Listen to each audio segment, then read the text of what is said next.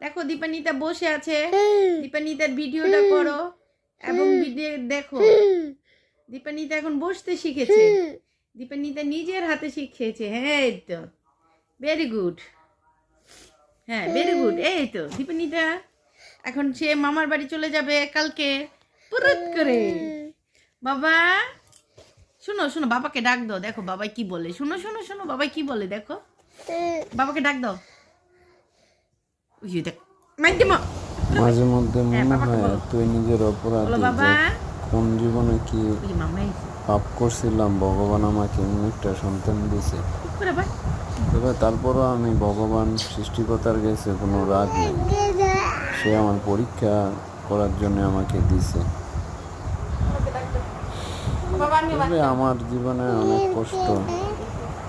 কষ্টের মাঝে একটু সুখ পাইছিলাম, তারপরও আবার সুখ হারাই গেছে। আমার বাবাই কই, এখন আবার বাচ্চার মার সমস্যা, জীবন মরণের টানা পড়া লাগছে। মেয়েটাকে কে দেখবো, তার সমস্যা হয়েছে ফুড ডায়াবেটিক্স নামে একটা প্রবলেম, একটা আঙুল কাটা গেছে। আছি অনেক কষ্টের মাঝেই। তবে খুব খারাপ লাগে ওই সময়টা যে আমার মেয়েরে হসপিটাল চলে গেলে আমার বাসায় রাখি। এই বাচ্চা আমরা নিজেরই রাইখে অনেকটা হরান বোধ হয়ে যাই। তার মধ্যে তো আছি, আমি যদি কারোর একটা কিডনিও দিয়ে দিই, মনে হয় না যে আমার মেয়েকে দেখে রাখবো সে আমার মতন ভালোবেসে। যাক, দুনিয়াত কতদিন বাঁচি ভগবানই জানে, আল্লাহ পাক জানে। ঈশ্বর সর্বশক্তিমান, আমার শক্তি ধারণ করুক। আমি যতদিন বেঁচে আছি তার জন্য করে দিয়ে যেতে পারি।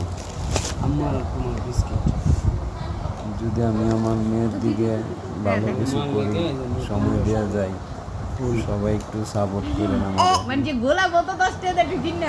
যারা এই ভিডিওটা দেখতেছে। Thank you. হ্যাঁ আমার মেয়ে কথা বলতে স্যার বাবার সাথে। Thank you.